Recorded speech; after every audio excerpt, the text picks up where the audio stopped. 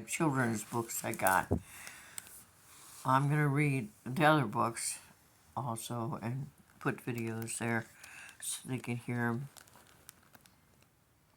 But I haven't done it yet. So, yeah, other things too. I have to eat and then go live on YouTube. Not YouTube, I haven't done that yet, but I plan on going live on YouTube also. And reading stuff, old books. This is Apples to Oregon. Being a slightly true narrative of how brave pioneer father brought apples, peaches, pears, plums, grapes, cherries, and children across the plains. Oh, also a library book.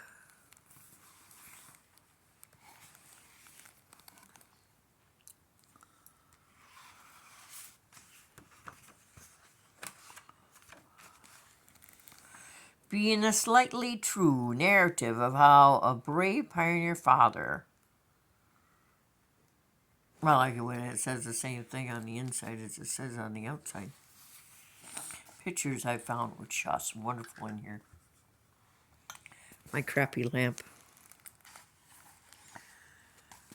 My daddy loved growing apples. And when he got ready to pull up roots to leave Iowa for Oregon, that's cool. My relatives, my mom's side of the family, came to Iowa in covered wagons from Pennsylvania and Virginia. He couldn't bear to leave his apple trees behind, so Daddy built 2 of the biggest boxes you could ever hope to see. He set them into a sturdy wagon and shoveled in good, wormy dirt. Then he filled every inch with little plants and trees, hundreds of them. Daddy was ready for the most daring adventure in the history of fruit. Apples, ho! He cried. Along with the apples, my daddy took peaches and plums and pears and grapes and trees and probably flies. On the way, he took us along too. We had lots to do on the journey. Each morning, I helped Mommy bake biscuits while Daddy prepared for another long day on the trail.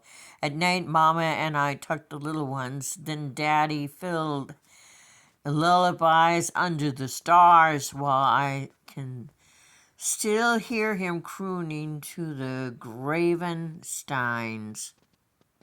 Hush, little babies, don't you cry. Mama's gonna bake you an apple pie.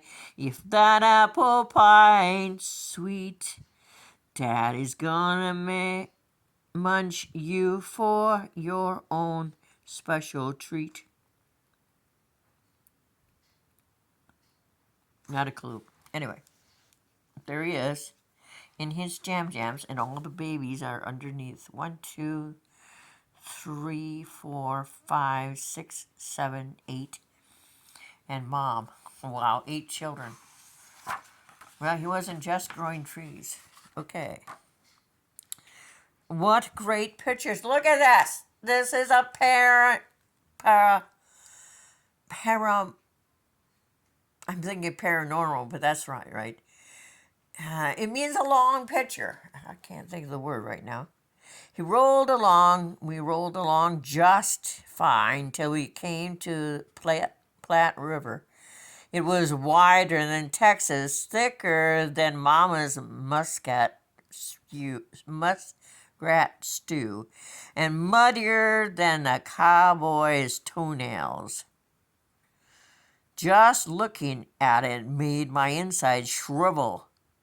River bank was crowded with folks, prairie schooners trying to get up the nerve to cross. When they saw us and all our little fruit trees fluttering in the breeze, they burst out laughing. Those leaves will be brown as dirt before you hit the plains. declared the old geezer. Plain scarfed someone else. That is called hazing or heckling. Instead of encouraging someone who's trying to make good, trying to make a living, trying to accomplish something. We all know who they are. Plain scuffed someone else. That nursery wagon won't make it halfway across the river. Oh, page is tore. Sorry about that. I didn't do it. But Daddy, don't let them talk. Didn't let their talk worry him. He just looked me square in the eye and said, Delicious, I'm going to need your help. Right then and there, we built a raft for his tiny trees. Then Daddy loaded me and my little sisters and brothers to the edges. Now make sure my precious plants don't topple into the water, Daddy warned.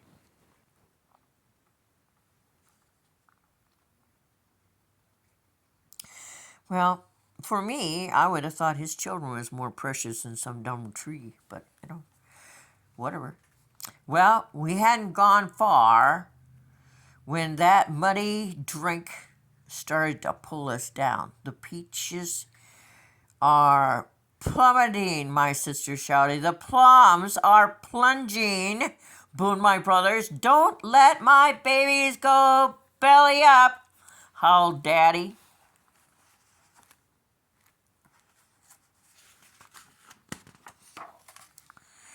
I had to think quick. We're too heavy. If we don't go faster, we'll sink. We gotta take our shoes off and kick. So we kicked. Of course, we'd all been raised on apples, and everyone knows young'uns raised on apples are strong, mighty strong. Before we could say Johnny Appleseed, we kicked ourselves clear to the other side.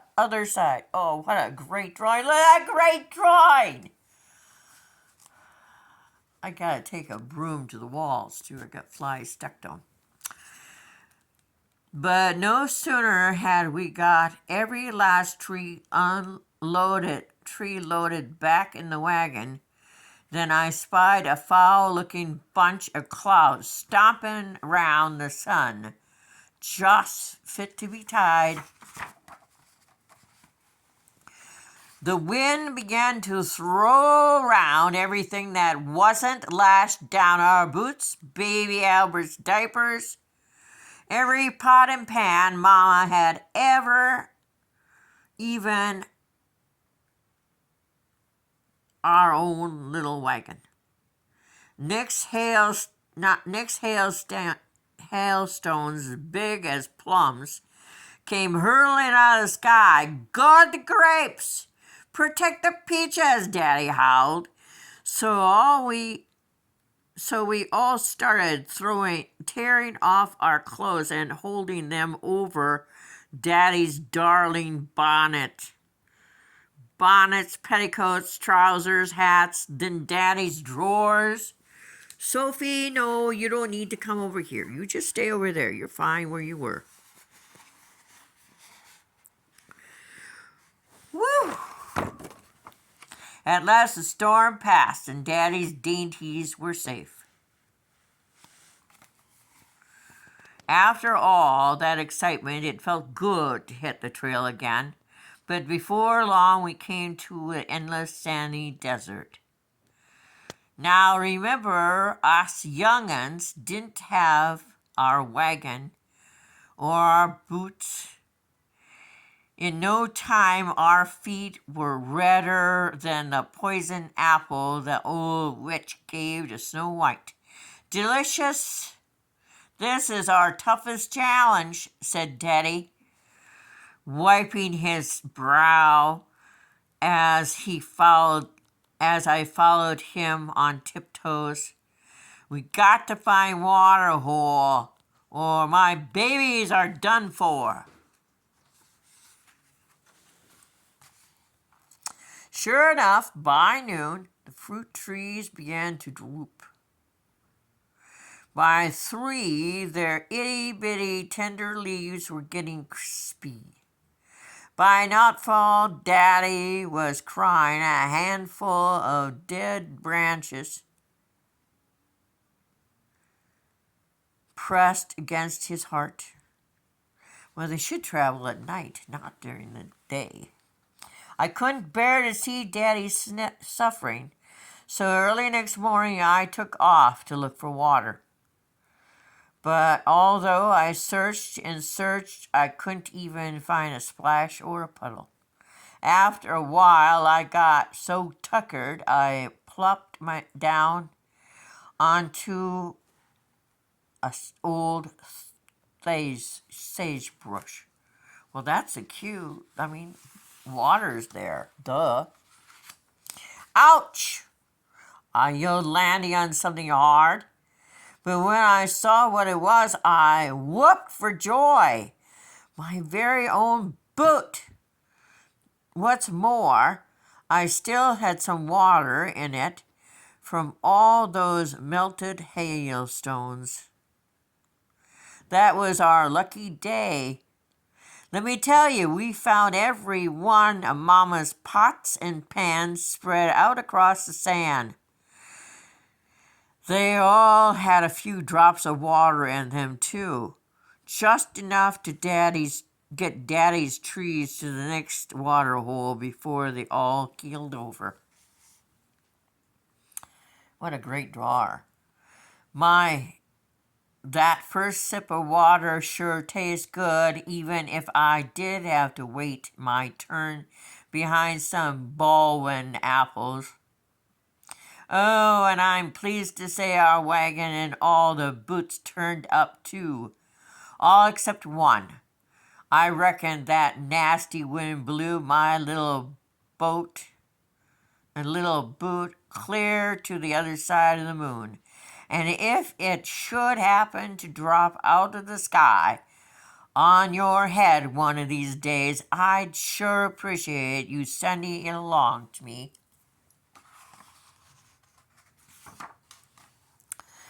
Well, we kept on going, past Courthouse Rock and Chimney Rock, Independence Rock, and lots of other rocks that didn't have names. We climbed up rocks, down rocks, and at last we reached the Columbia River. Boy, that river is quite a thing. I crossed it many times going to the Black Hills. Just 100 miles to go, declared Daddy.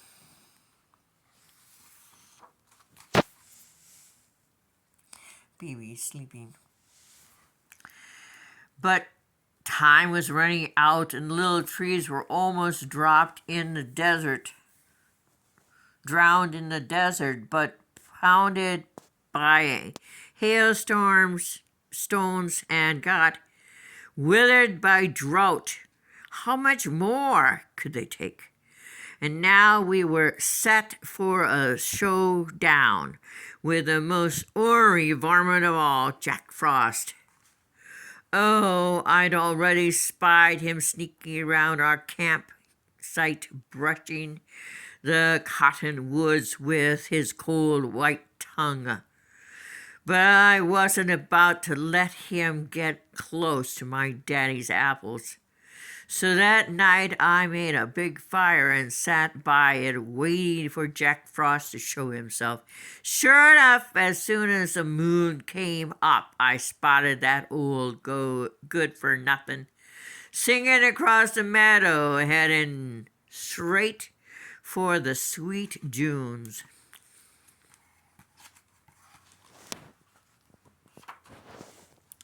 I got ready to fight. Jack Frost came at me, turning the ground so cold my toes went numb.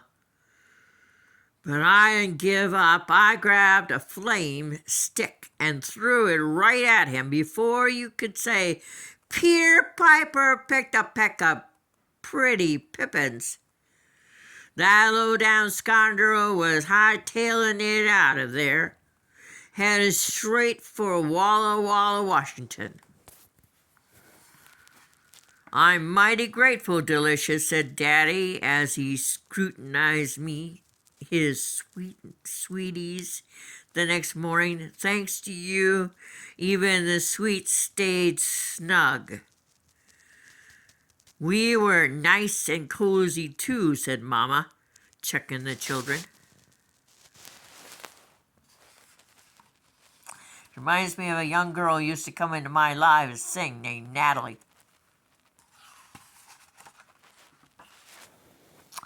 Sure enough, all Daddy's trees survived, just as if they'd come across the plains in a swanky carriage. We floated them on boats down the mighty Columbia, to a pretty place near Portland. Then we planted them in that sweet Oregon dirt at last. Gold was discovered in California. Not long after, thousands of people rushed through to seek their fortune. But not us. We already had our fortune. Those apples, peaches, pears, plums, grapes, cherries made us richer than any prospector. And we were happier too. After all, apples taste a whole lot better than gold.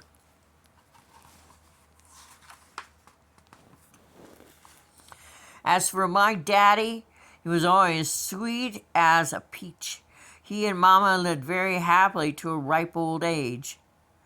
Daddy never forgot my brave deeds on the trail and why, as soon as he sold his first bushel of apples, he bought me the prettiest pair of boots you ever did see.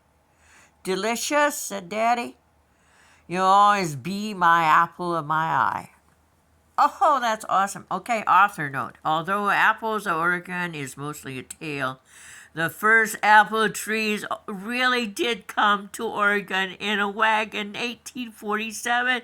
A pioneer named Henderson Ludley, also spelled Louis, left Salem, Iowa with his wife Elizabeth and 8 children, Alfred, Mary, Asnath, Rachel, Jane, Hannah, and Levi, and Albert.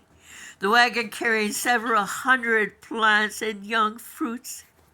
Finding water for the traveling nursery on the journey must have posed a challenge. When the family reached the town of Dallas on the Columbine River, the trees were put on boats to be taken downriver. Families settled in Milwaukee, about 6 miles from Portland, Oregon,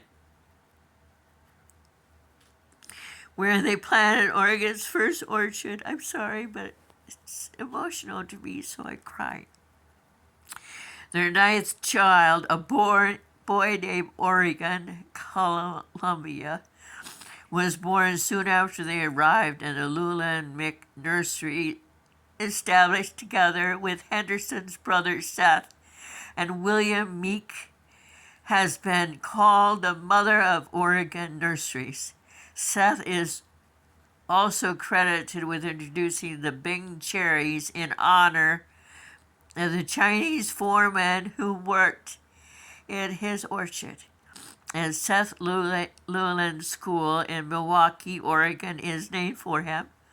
Although some people thought that Mr. Llewellyn had a crazy idea, it turned out to not be so crazy after all.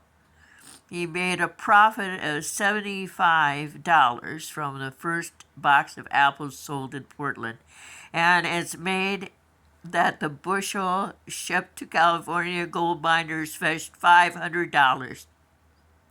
Today, fruit orchards remain an important part of Oregon's economy. There are hundreds of varieties of apples, and I love Crisp Best. Crisp Best is the best. They don't call them Crisp Best, but I think they're best. They're always juicy, even if they haven't sat in a drawer for a week. New ones are being developed all the time. My favorite new apple is the Honeycrisp. Some of the varieties mentioned in the story are one Mr. Lewin brought with him, but though the narrator is named Delicious, I just couldn't resist the name. Golden Delicious weren't introduced until after the turn of the century. Illustrator note: my favorite apple is the Winesap. Oh, what a terrific book!